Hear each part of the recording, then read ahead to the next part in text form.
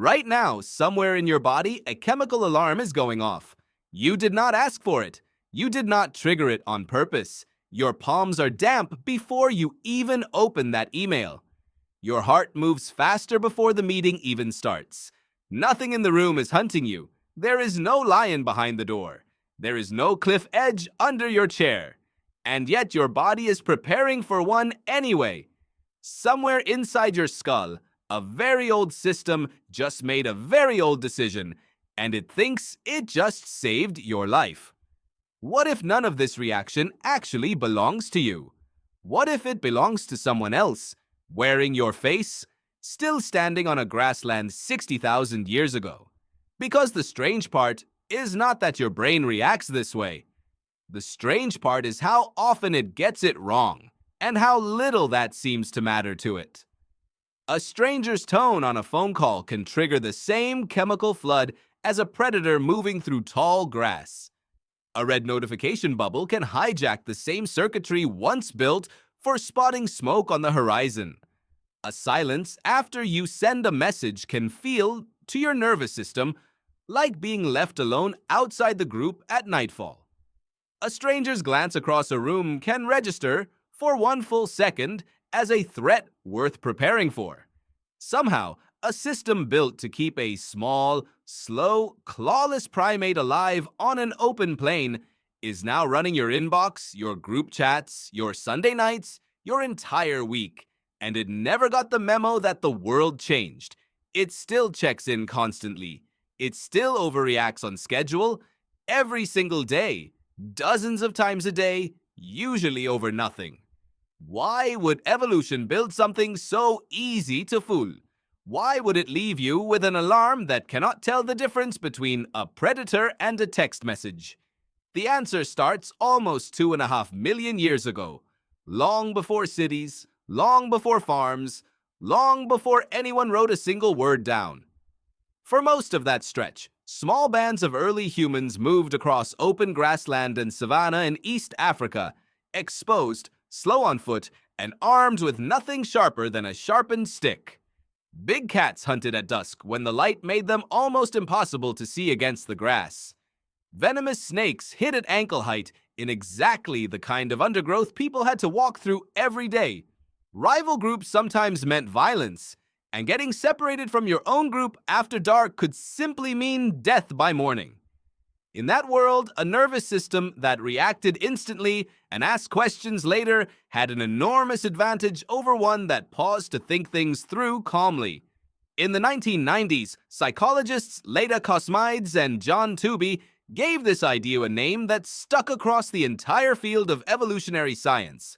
They called it mismatch theory, the idea that your brain was not built for the environment you currently live in, but for one that vanished tens of thousands of years ago. They argued that natural selection is slow, brutally slow, while human environments can change completely inside a single generation. Farming, cities, written language, electricity, screens, all of it arrived far too recently to leave any real mark on the actual wiring passed down to you. Your genes are still mostly tuned to that old grassland world, the one with lions and rival tribes and total darkness the moment the sun went down. Your circumstances changed almost overnight, historically speaking. Your hardware did not move an inch. This gap explains something that should sound very familiar. Biologist Robert Sapolsky spent decades studying stress in wild baboons on the African savanna, watching exactly what their bodies did when danger appeared, and later compared it directly to stress in modern humans. A zebra's stress response spikes sharply the instant a lion appears, and then drops back down almost as fast the moment the danger passes. Because for the zebra, the danger is now actually physically over. A human stress response, Sapolsky found, can spike from a thought alone, with nothing chasing you at all, just a memory of an argument, a worry about tomorrow, a bill that has not arrived yet, a message left unread. And because thoughts do not switch off the way a chased zebra eventually stops running and starts grazing again, that stress response in a human can stay elevated for hours, sometimes days, circulating the exact same hormones built for outrunning a predator. Your heart still pounds, your senses still sharpen, your digestion still shuts down to save energy for a sprint that is never going to happen. Except there is nowhere to run and nothing to fight, so all of that ancient preparation just sits there, unused, quietly wearing down your body from the inside day after day for reasons that were never physical to begin with.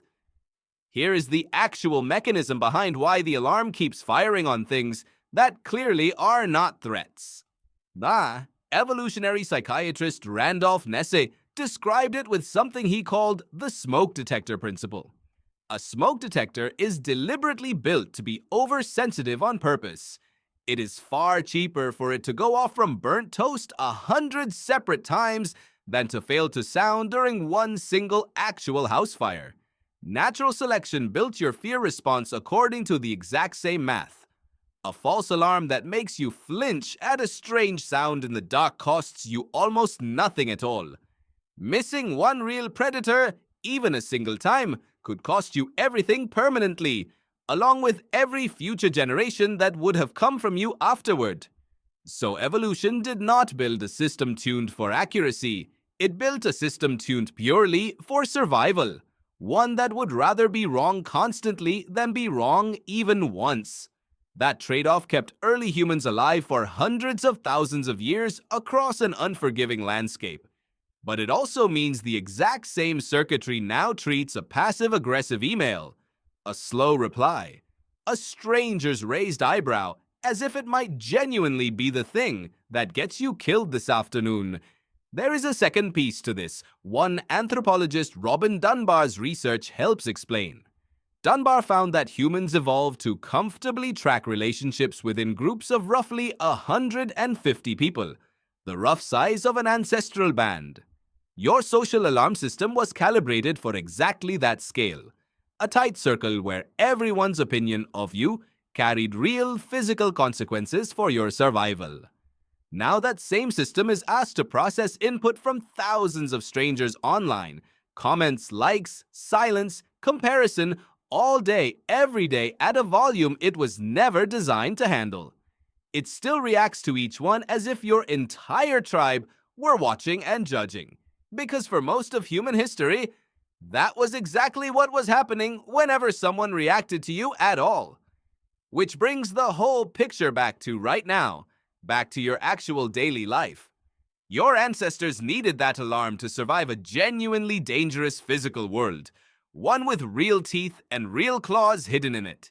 You inherited the alarm, but you did not inherit the world it was built for. You live somewhere with almost none of those old physical threats left, and an almost unlimited supply of new symbolic ones. Instead, criticism, rejection, comparison, uncertainty, all of it now arriving through a screen in your pocket instead of through the grass.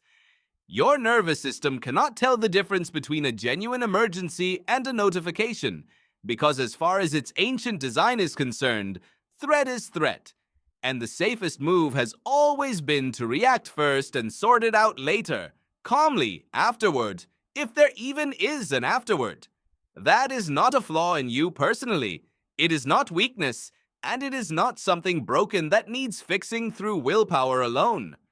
It is simply a survival tool built for one world, still running at full strength inside a completely different one, doing exactly the job it was built to do, just aimed at the wrong targets now, over and over all day long.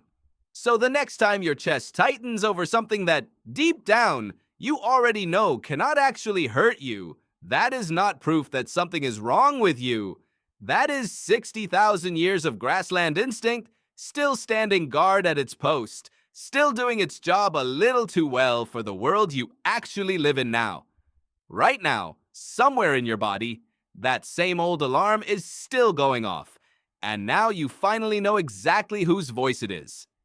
If this changed the way you look at your own reactions, hit like and subscribe, because there is a lot more hiding in that old brain of yours still worth uncovering.